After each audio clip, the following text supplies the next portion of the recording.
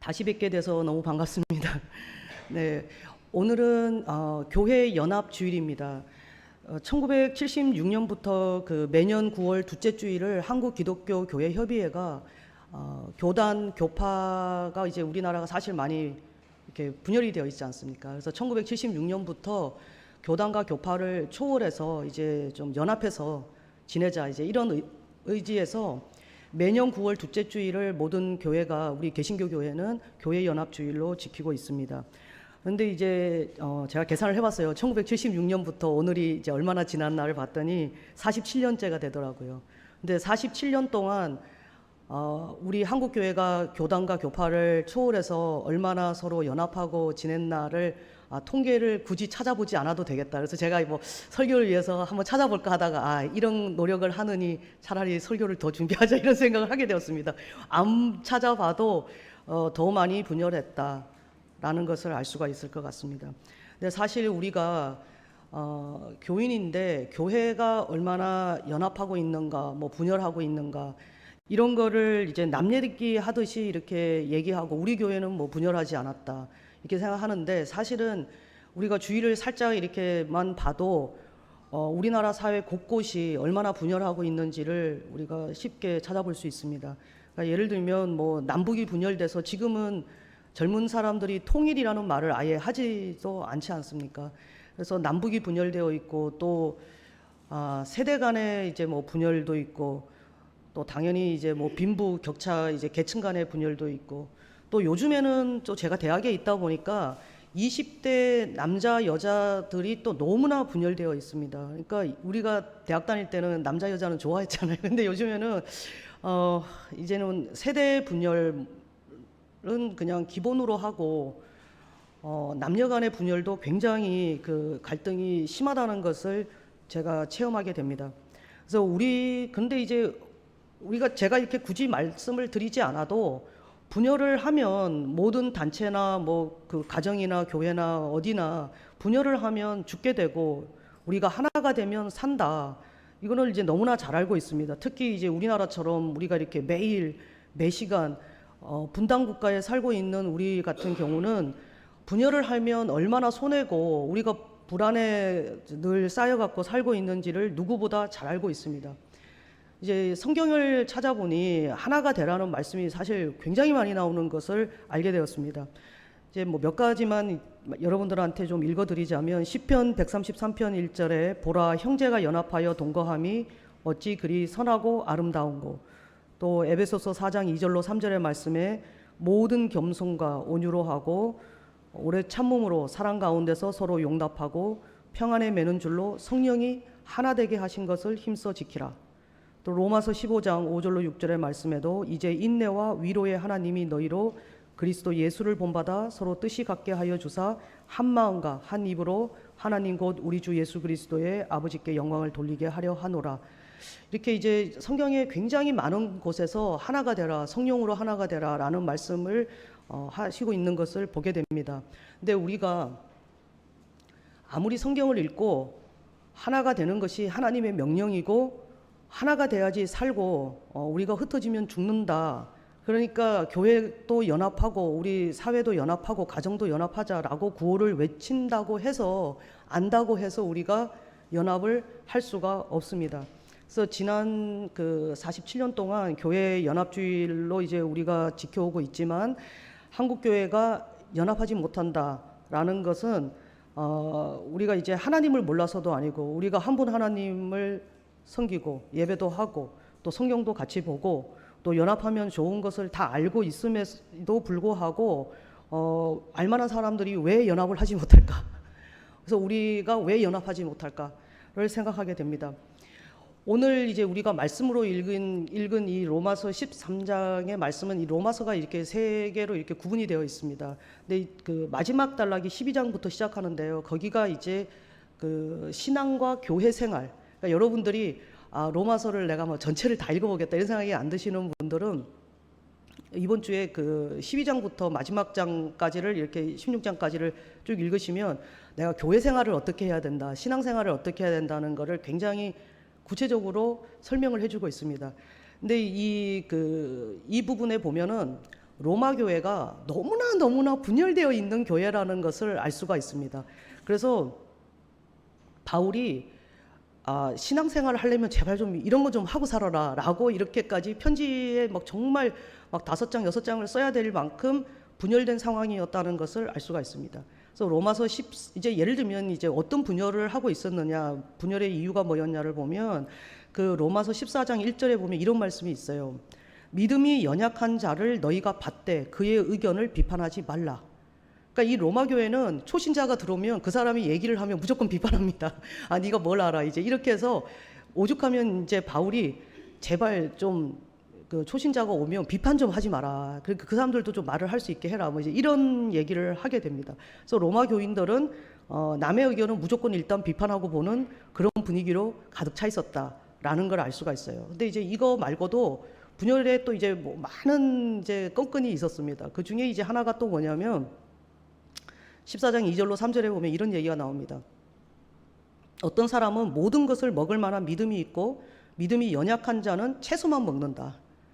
먹는 자는 먹지 않는 자를 업신여기지 말고 먹지 않는 자는 먹는 자를 비판하지 말라. 이 얘기는 로마 교회 교인들이 먹는 문제로 분열되어 있었다는 것을 알 수가 있습니다. 그러니까 이제 왜 그러냐면 로마 교회의 구성이 인종이 이제 두 종류가 있었어요. 다 하나님을 예수 그리스도를 믿고 구주로 고백을 하지만 한 이제 부류는 로마 사람들이에요. 그리고 한 부류 사람들은 로마에 이민 온 유대인들이었어요. 그러니까 이제 인종이 다른 거예요. 이제 이 두 그룹이 다 로마 말을 하고 다 똑같이 성경 보고 다 예수 그리스도를 믿고 있는데 교회 안에 성분이 나는 로마 사람이에요. 나는 유대인이에요. 그러니까 이제 유대인 기독교인들은 뭐라 그러냐면 너네 성경을 봐라. 레위기 11장에 보면 어떤 거를 먹어라, 어떤 거를 먹지 말라라고 되어 있지 않느냐. 그래서 우리가 기독교인이어도 성경을 레위기를 읽으면 거기에 나오는 대로 우리도 지키고 살아야 된다. 그래서 이런 거는 먹지 마라. 돼지고기 같은 건 좀 먹지 마라. 이렇게 얘기를 합니다. 그러니까 이제 로마 출신 기독교인들은 뭐라 그러냐면 왜 안 먹어? 제대로 왜 안 먹고 사는 거야? 먹어 그냥. 우리가 뭐 유대교냐? 기독교지? 이렇게 얘기를 합니다. 그래서 먹는 문제 갖고 우리는 법을 철저히 지키는 사람들이다. 이렇게 생각하는 파가 있고, 그래서 심지어 어떤 사람들은 완전히 채식주의가 돼서 채소만 먹고 사는 거예요. 이런 분들도 있고. 그러니까 서로가 먹는 문제로 옥신각신을 하면서 내가 더 옳다. 야, 쟤네는 왜 저래? 이렇게 하면서 분열을 하고 있었다는 것을 알 수 있습니다. 또 이제 이 교회가 정말 온갖 종류마다 분열을 하고 있었는데 14장 5절에 보면 또 이런 얘기가 나옵니다. 어떤 사람은 이 날을 저 날보다 낮게 여기고 어떤 사람은 모든 날을 같게 여기고 그러니까 너희들은 각각 자기 마음으로 확정할지니라. 이제 바울이 보니까 로마 교회는 유대인 기독교인들은 예를 들면 레위기 23장에 나오는 모든 절기를 지켜야 된다. 이렇게 얘기를 해요. 그러니까 이제 또 로마 교인들은 야, 그렇게 따지면 우리 로마도 로마 축제가 있다. 그러면 그것도 같이 지키자. 왜 이 날이 저 날보다 낫다고 얘기하냐. 모든 날은 똑같은 거다. 하나님 주신 날 아니냐. 하나님이 뭐 월요일을 안 만들었고 뭐 토요일 안 만들었냐. 그리고 뭐 6월절이 뭐 하나님 만들었어. 그러면 우리 저기 로마의 그 축제들도 하나님이 만드신 거다. 다 같이 지키자. 그래서 이제 그 로마 교회가 옥신각신 이제 먹는 문제, 뭐 절기를 지키는 문제, 초신자가 들어오면 이 사람들한테 언권을 줄 거냐 말 거냐. 그래서 모든 하여간 사사건건 모든 문제로 분열되어 있다라는 것을 알 수가 있고, 그래서 바울이 그 로마서 마지막 12장부터 16장에 교회 생활을 하려면 제발 얘들아 이 정도는 좀 하고 삽시다 라는 얘기를 하는 너무너무 그런 얘기, 이렇게 정말 사랑이라는 말을 많이 하는 것을 알 수가 있습니다. 근데 여러분, 우리가 이제 분열을 한번 생각해 봅시다. 우리가 언제 분열합니까? 분열은요, 문제가 생겼을 때 분열을 합니다. 그래서 이제 어떤 문제가 생겼어요. 그러면 우리 뭐 집에서도 뭐 예를 들면 어떤 문제가 생겼어요. 그럼 일단 모여서 아버지가 야, 우리 회의 좀 하자, 뭐 논의 좀 해보자. 이래서 이제 서로 이제 뭐 맞아, 아버지 좀 얘기 좀 해봐야 돼요. 이렇게 모여요. 근데 이제 얘기하다가 싸웁니다. 그래서 이제 분열은 언제 생기냐면요, 문제가 있어서 분열하는 게 아니고요, 해결하고자 모여가지고 얘기하다가 분열합니다. 그래서 이게 이제 로마 교인들도 절기를 지키는 문제로 그럼 우리 얘기 좀 한번 해보자. 모였어요. 절기가 무슨 문제입니까? 먹는 게 무슨 문제예요? 그런데 그걸로 모여가지고 뭘 먹을까, 뭘 먹지 말까, 뭘 다 먹을까 말까, 채소만 먹을까, 고기 먹을까, 뭐 고기면 이 얘기 하다가 에이 그러면서 분열을 하게 되는 겁니다. 그래서 이제 분열이라는 거는 사실은 문제가 아니고요. 문제를 위해서 해결하려고 모여가지고 더 큰 문제로 에이 이럴 바에 보지 말자 이러면서 갈라지게 되는 것을 우리가 볼 수가 있습니다. 그래서 이게 그 분열의 문제는 문제 자체가 문제가 아니고 얘기를 하다가 야 내가 해결하려고 하는 게 더 상책이야. 네가 말하는 거는 하책이야. 이제 이러다가 서로 그 얘기를 하다가 감정 싸움이 되면서 아니 나를 무시해? 뭐 이러다가 이제 분열을 하게 됩니다. 근데 제가 이제 어떤 경험이 있냐면요. 이스라엘에서 학교 이제 수업을 하는데 제가 이제 미국에서도 학교를 다녀봤고 한국에서도 학교를 다녀봤는데 수업 시간에 가장 극렬하게 선생님하고 학생이 싸우는 거는요. 이스라엘에서밖에 못 봤어요. 미국 애들도 수업 시간 우리 뭐 미국 사람들은 존댓말이 없다는 둥 이런데 미국 애들도 엄청 선생님한테 눈치 엄청 보더라고요. 그래서 아 미국 사람들도 꼭 교수님한테 이제 박사 학생쯤 되면 꼭 교수님한테 뭐 닥터 막 이러면서 막 우리가 하는 것보다 어쩌면 더 막 이렇게 하는 걸 보게 됩니다.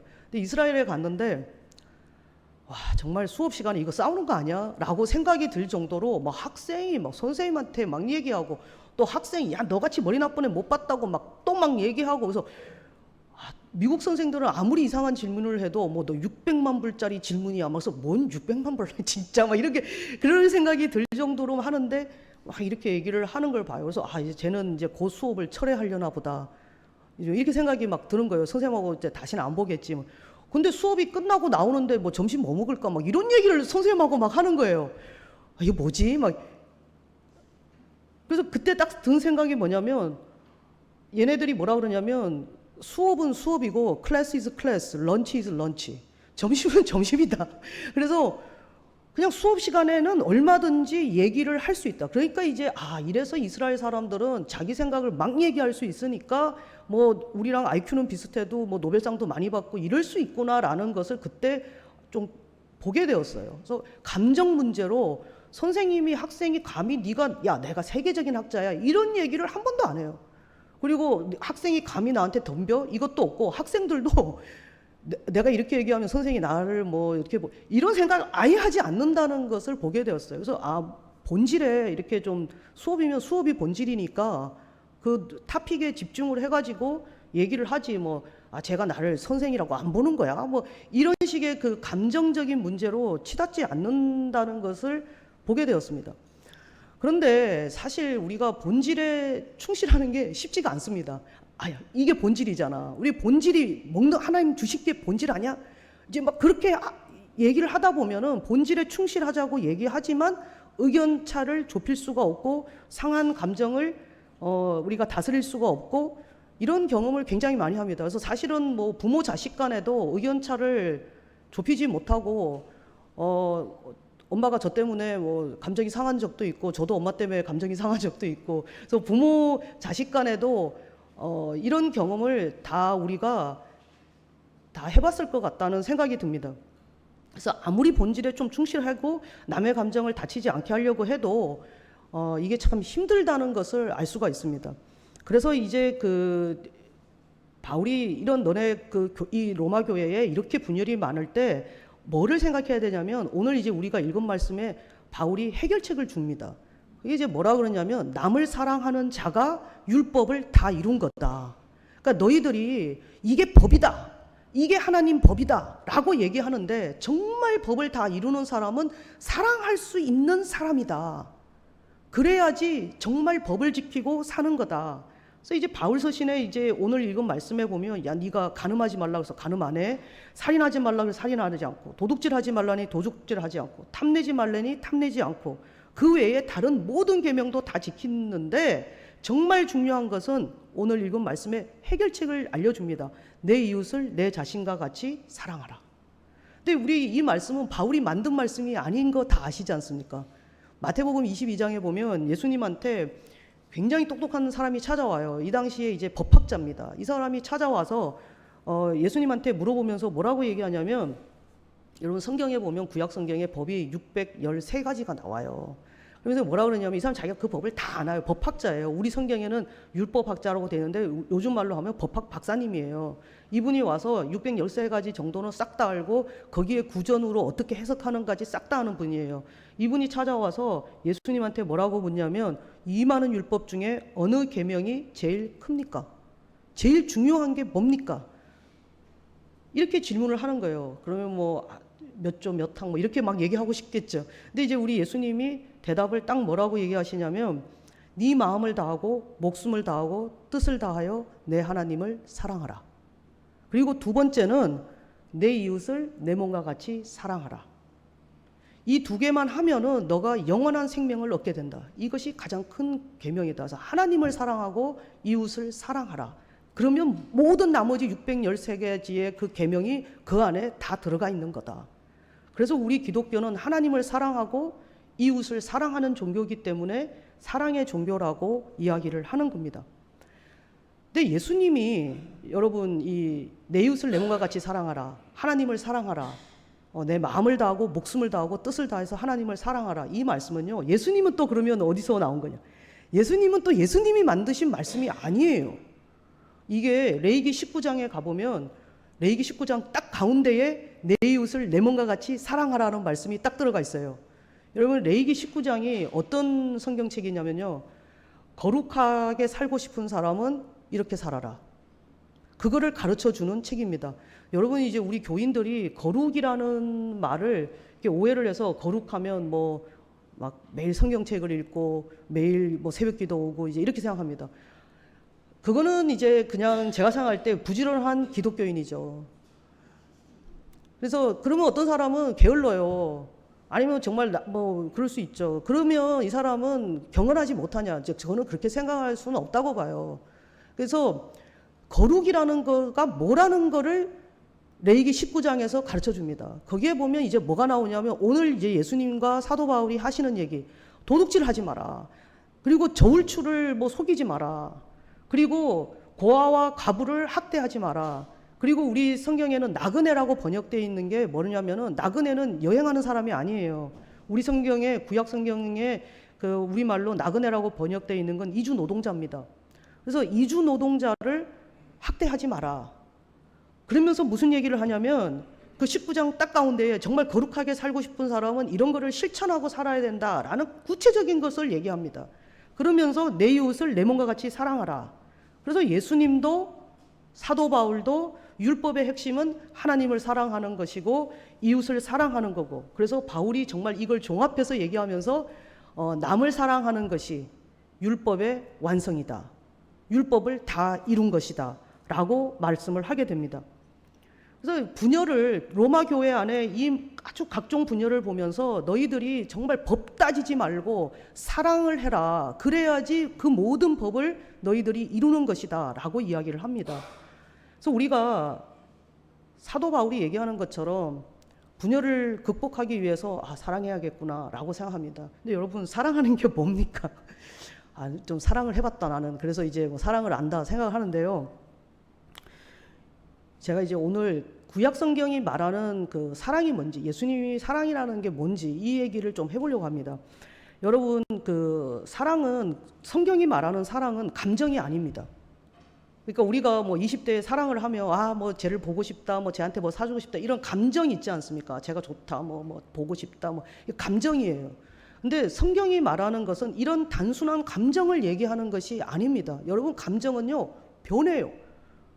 저도 뭐 개인적으로 저희 엄마가 무지 반대하는 결혼을 했는데 그만큼 제가 너무 막 진짜 미친 듯이 막 결혼하겠다고 난리쳤는데 어느 날 보니 내가 미쳤나, 우리 엄마 말을 들었어야 되는데 이렇게 그 감정이 변하는 것을 알게 됩니다. 그래서 이거는 감정은 변하는 거예요.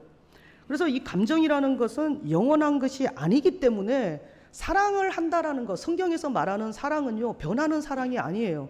사랑이 그런 사랑은 되게 쉬워요. 이렇게 한눈에 딱 봐서 멋지다, 예쁘다, 뭐 이래갖고 사랑하기가 쉽습니다. 사랑하기가 쉬운데 왜 성경은 마음을 다하고 목숨을 다하고 뜻을 다해서 사랑하라고 얘기합니까? 사랑하기가 쉬운데 뭐 목숨까지 뭐 걸고 뭐 뜻을 다하고 마음을 다하고 사랑하라고 얘기해요. 그러니까 사랑은 감정이 아니라는 거예요. 여러분 이제 구약 성경에서 사랑하라고 명령할 때 이게 어떤 의미인지를 제가 이걸 이제 맥락을 한번 설명을 좀 드리겠습니다. 여러분, 성경에서 말하는 사랑은 감정이 아니에요. 이게 어디서 나오는 거냐면 구약 성경이 속한 게 이스라엘이지 않습니까? 그 이스라엘, 그 다음에 지금의 이라크, 이 지역이 우리가 이제 고대 근동이라고 말하는 지역입니다. 지금의 중동 지역이죠. 우리가 말하는 거기에서 이제 그 국제 간에 조약을 맺어요. 우리 같으면 이제 그 한국하고 미국이 이제 뭐 협약, 뭐 FTA니 뭐 이런 거 맺지 않습니까? 그 조약을 맺을 때, 나라와 나라가 조약을 맺을 때 나오는 단어가 뭐냐면, 이 나라는 저 나라를 사랑하라라고 되어 있어요. 나라가 나라를 뭘 사랑합니까? 이거는 뭐냐면, 나라와 나라가 신의를 지켜야 된다. 이거를 표현할 때 사용하는 단어가 사랑하라입니다. 그래서 지금의 이제 고대 이라크가 성경에 나오는 아수르예요. 그 아수르가 엄청 센 나라였습니다. 여러분, 이제 아수르가요, 말도 못하게 센 나라예요. 그래서 이제 자기 그 지금의 북부 이라크 주변 지역, 뭐 터키, 뭐 시리아, 뭐 여기를 완전히 다 정복을 합니다. 가는 곳마다 정복을 하면서 지금 우리 같으면 협약을 맺는 거예요. 조약을 맺는 거예요. 야, 조약을 맺자. 그래서 자기가 정복한 나라마다 가서 조약을 맺으면서 조약을 맺은 것이 오늘날까지 남아 있어요. 무지 많이 남아 있어요. 이 조약에 뭐라고 되어 있냐면, 우리 성경에도 나오는 에살 핫돈이라는 왕이 나와요. 근데 이 사람이 자기 황세자가 있었어요. 자기 아들이 있었어요. 이 아들 이름이 아수르 바니팔이에요. 그래서 자기가 가는 곳마다 조약을 맺으면서 뭐라 그랬냐면, 내 아들 에살 핫돈의 왕 세자 아수르 바니팔을 너 자신처럼 사랑하라. 우리 성경에 나와 있는 그 말이 여기에 나와 있어요. 너무나 이 사람이 가는 곳마다 자기 아들을 너무 사랑했고, 혹시 자기가 죽고 난 뒤에는 자기가 정복한 이 나라들이 반역을 해서 아들한테 쿠데타를 할까봐 가는 곳마다 자기 아들 왕세자 아수르 바니판을 너 자신처럼, 네 몸처럼 사랑하라고 곳곳에다가 남겨놨어요. 그래서 지금까지 이것이 발굴돼서 지금 대형박물관에 보관되어 있어요. 여기에서 이제 우리가 사랑하라는 말은 단순한 감정이 아니라는 것을 알 수가 있습니다. 그래서 이것을 지키지 아니하면 니네가 반역할 낌새만 보이면 바로 우리나라 군대가 가서 니네 나라를 한 번 더 쑥대밭을 만들어 줄 것이다. 그러니까 사랑하라. 그래서 사랑하라는 말을 반복해서 거기에서 나옵니다. 그래서 사랑하라는 말은 변할 수 있는, 지금 보니 너무 보고 싶어요, 이런 감정이 아니라, 성경에서 하나님을 사랑하라고 말하는 거는 아수르 제국이 정말 그 황제가 자기가 이제 정복한 피식민지 봉신들에게 나를 사랑하라. 그 얘기는 나한테 절대 충성, 절대 헌신, 나를 버리면 네가 죽는 거다라는 것을 이야기하는 겁니다. 그래서 사랑이라고 하는 것은, 성경에서 사랑이라는 말은 충성하라, 헌신하라, 책임을 져라, 끝까지 가라, 웬만하면 여기서 우리의 관계에서 벗어날 생각을 아예 하지 말라라는 것을 이야기하는 겁니다. 그래서 우리가 사랑한다라는 것은, 정말 우리가 뭐 결혼을 하고 뭐 사랑한다 이러는 것은 저는 정말 성경의 의미로 돌아가야 된다고 생각합니다. 지금은 사랑하죠. 그래서 막 결혼하려고 그럽니다. 근데 살아보니 엄마가 말한 게 맞아요. 그러면 사랑이 끝났어, 이제 이러기가 쉽습니다. 그게 아니고, 사랑은 성경이 가르쳐 주는 것은 마음을 다하고 목숨을 다하고 뜻을 다해서 헌신적으로 이 관계에 책임을 다하고 절대 벗어나지 않겠다라는 것을 이야기한다는 것을 알 수가 있습니다. 그래서 어떤 어려움 앞에서도 상대와 함께 가겠다, 이것을 알 수가 있습니다. 그래서 바울이 이제 뭐라고 얘기를 하냐면은, 너희들이 구약에서는 그래 사랑해라, 충성하라 이 얘기만 했어요. 근데 충성도 정말 하다가는 에이, 내가 이걸 정말 충성해야 돼, 내가 정말 이거를 끝까지 가야 돼, 이런 생각이 듭니다. 그래서 구약은 사랑하라, 헌신하라, 충성하라, 책임을 져라를 가르쳤어요. 근데 바울은 우리가 때로는 충성도 바꾸고 싶고 헌신도 버리고 싶고 이 관계를 책임을 끝까지 하고 싶지 않는 그런 유혹에 시달린다는 것을 알고 있어요. 그래서 바울 선생님이 뭐를 가르쳐 주냐면, 여러분, 바울 신학에서 가장 중요한 것이 뭐냐면 그리스도 안에라는 겁니다. 그래서 성경 안에 보면은 바울 서신에 그리스도 안에라는 말이 반복돼서 나온다는 것을 볼 수가 있습니다. 그러니까 이제 여러분이 가장 잘 아는 것은 이제 보면은 누구든지 그리스도 안에 있으면 새로운 피조물이라. 이런 식으로 그리스도 안에라는 말을 바울이 반복해서 사용합니다. 그러니까 여러분들이 이제 이 로마에게 보낼 때 너희들이 너무나 분열되어 있다. 로마 교인 여러분. 여러분들은 사랑하십시오. 그런데 구약 성경에서 얘기하는 것처럼 충성하고 헌신하고 책임을 다하는 것에서 그것만 갖고는 여러분이 충성하고 헌신하고 책임을 다할 수 없습니다. 뭐를 기억해야 되냐면 예수 그리스도 안에 있으면서 헌신하고 책임지고 충성한다는 것을 알아야 됩니다. 여러분 세상 안에 살면은 세상을 이길 수 없습니다. 여러분 문제 안에 살면은 문제를 이길 수 없습니다. 그리스도 안에 있어야지 문제도 넘어서게 되고 세상도 이길 수 있다는 것을 이야기하는 겁니다. 그래서 사도 바울이, 그래서 저는 기독교가 사도 바울의 가르침이 정말 율법의 완성이라고 생각합니다. 구약 성경이 사랑을 가르쳤어요. 그런데 우리 사랑도 우리가 정말 힘을 다해서 사랑하고 싶지만 어떨 때는 정말 힘이 빠질 때가 있어요. 그리고 문제 앞에 있을 때 그 사람이 너무나 미울 때가 있어요. 그럴 때 우리가 정말 예수 그리스도 안에 있으면 저 사람도 나도 하나님의 피조물이다. 정말 우리가 죽게 대하듯 대할 수 있는 사람이 된다는 것을 알게 됩니다. 오늘 이제 그 교회 연합주의를 맞이하여서 우리가 우리의 그 사회 곳곳에서 또 우리 현실 속에서 분열된 현상 그리고 갈등 이제 이런 것들을 많이 보게 됩니다. 근데 오늘 이제 사도 바울이 우리에게 가르쳤듯이 분열된 로마 교회에게 해결책을 얘기했습니다. 너희들이 법을 자꾸 따지면은 여러분 우리말에서도 법대로 하자는 건 욕이에요. 그래서 제가 이제 한번 우리 학교 이화여대에 법전원 그 법학전문대학원에서 설교하러 갔는데 제가 그랬어요. 저는 솔직히 변호사 친구도 한 명도 없거든요. 그래서 저는 법하고 거리가 너무나 멀고 변호 하나도 모르는데 여러분 법대로 하자는 말은 우리 일반인 사이에서는 욕입니다. 네. 그러니까 로마 교회 안에서도 법을 따지지 말라는 거예요. 법을 정말 따지고 싶으면은 너는 너를 봐라. 너가 정말 교회 안에 있는 교인을 사랑하느냐? 그리고 예수 그리스도 안에서 사랑하고 있느냐? 그거를 정말 자기를 돌아볼 때 이 모든 것을 너가 말하는 그 법을 완성할 수 있다라는 것을 이야기합니다.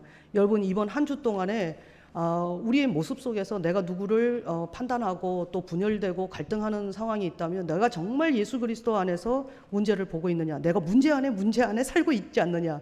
내가 세상 안에 살고 있지 않느냐? 이거를 한번 돌이켜 보시면서 힘드시고 이게 뭐 저도 말은 이렇게 하지만 힘들지만 정말 이렇게 노력하면서 내가 그리스도 안에 내가 정말 거하면서 상대방을 정말 죽게 대하듯 저 하나님의 아름다운 피조물로 바라보는 그런 마음으로 여러분들이 한 주를 보내시고 우리가 분열된 곳에서 정말 평화의 사도의 역할을 감당하시기를 바랍니다. 기도하겠습니다.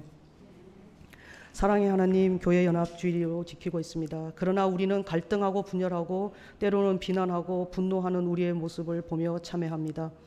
주님, 우리의 작은 영역에서부터 먼저 문제를 문제 삼지 말고 상대방을 비난하지 말고 억울해하지 말고 주님 안에 거하게 도와주옵소서. 주님께서 우리의 허다한 허물을 사하여 주신 것처럼 주님의 사랑을 기억하게 하시옵소서. 주님, 나부터 힘을 다해서 목숨을 다해서 뜻을 다해서 그리스도를 사랑하고 이웃을 사랑하며 살아가게 도와주옵소서. 예수 그리스도의 이름으로 기도드립니다. 아멘.